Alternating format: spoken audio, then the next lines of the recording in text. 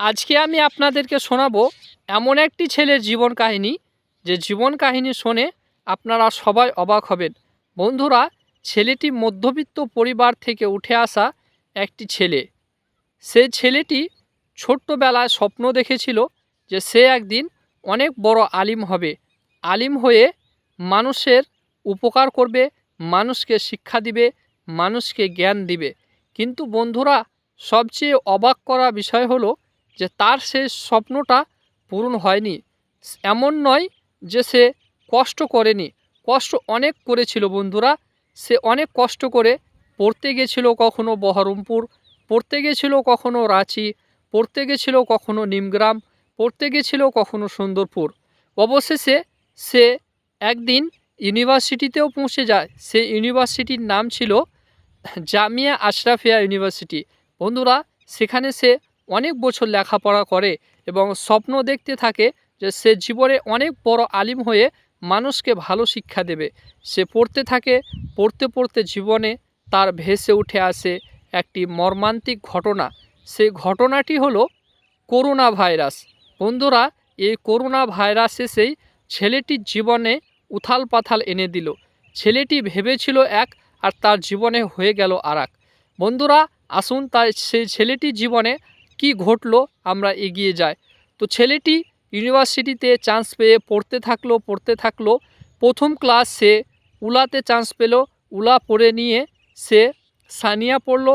সানিয়া পড়ে সালেসা পড়তে পড়তে চলে আসলো নোটবন্দি। সেখান থেকে সে অনেক কষ্ট পেল এবং টাকা পয়সার আর্থিক সমস্যায় ভুগলো। তারপরে পরে বন্ধুরা, সে ভাবলো যে হয়তো আর কোনো বিপদ আসবে না। কিন্তু মহান আল্লাহ তাআলা কি চেয়েছেন জানি না, আল্লাহর কি হিকমত ছিল জানি না, ভেসে চলে আসলো এই করোনা ভাইরাস। শুধু ইন্ডিয়ার মধ্যে আসেনি, প্রতিটি দেশের মধ্যে এসেছে এবং প্রতিটি দেশের মানুষকে এ কষ্ট ভোগ করতে হয়েছে।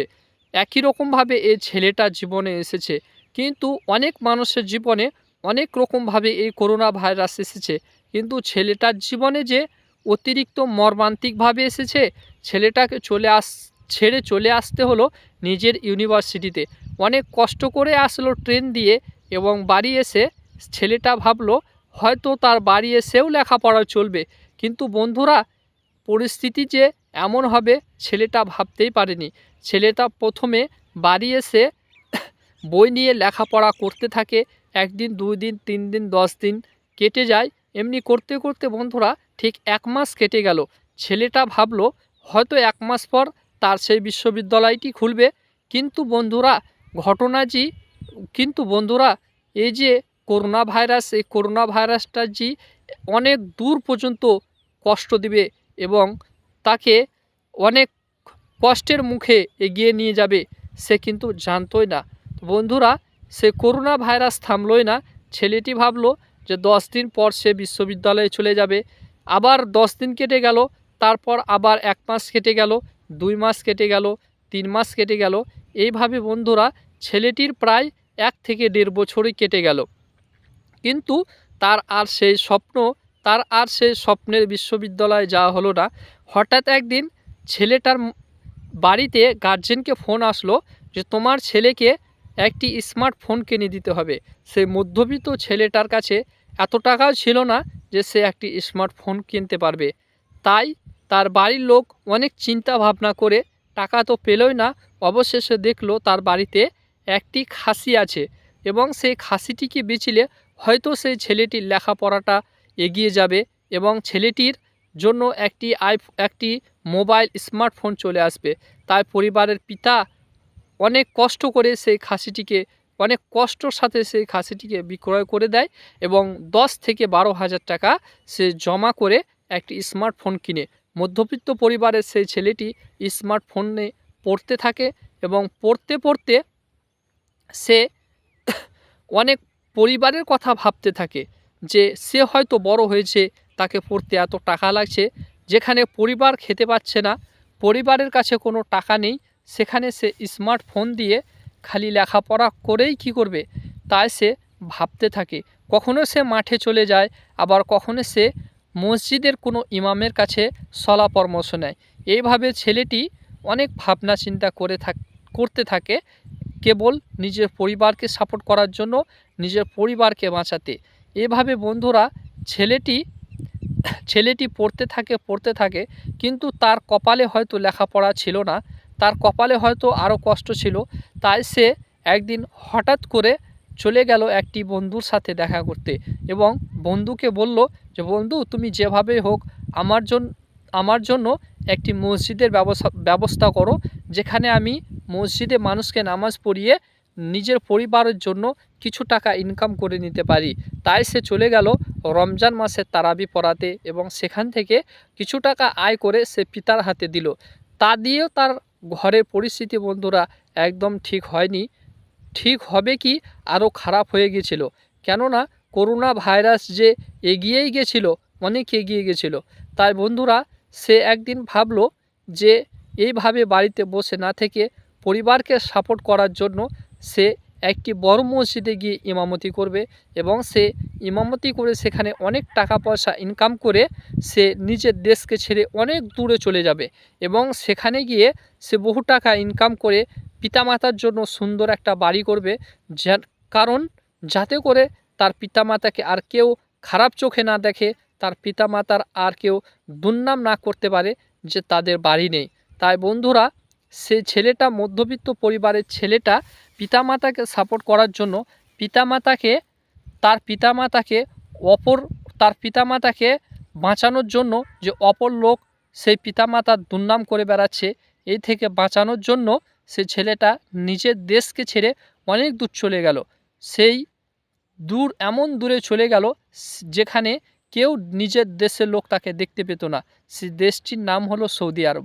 বন্ধুরা মধ্যবিত্ত পরিবারের সেই ছেলেটি সেই সৌদি আরবে একটি কোম্পানিতে গেল।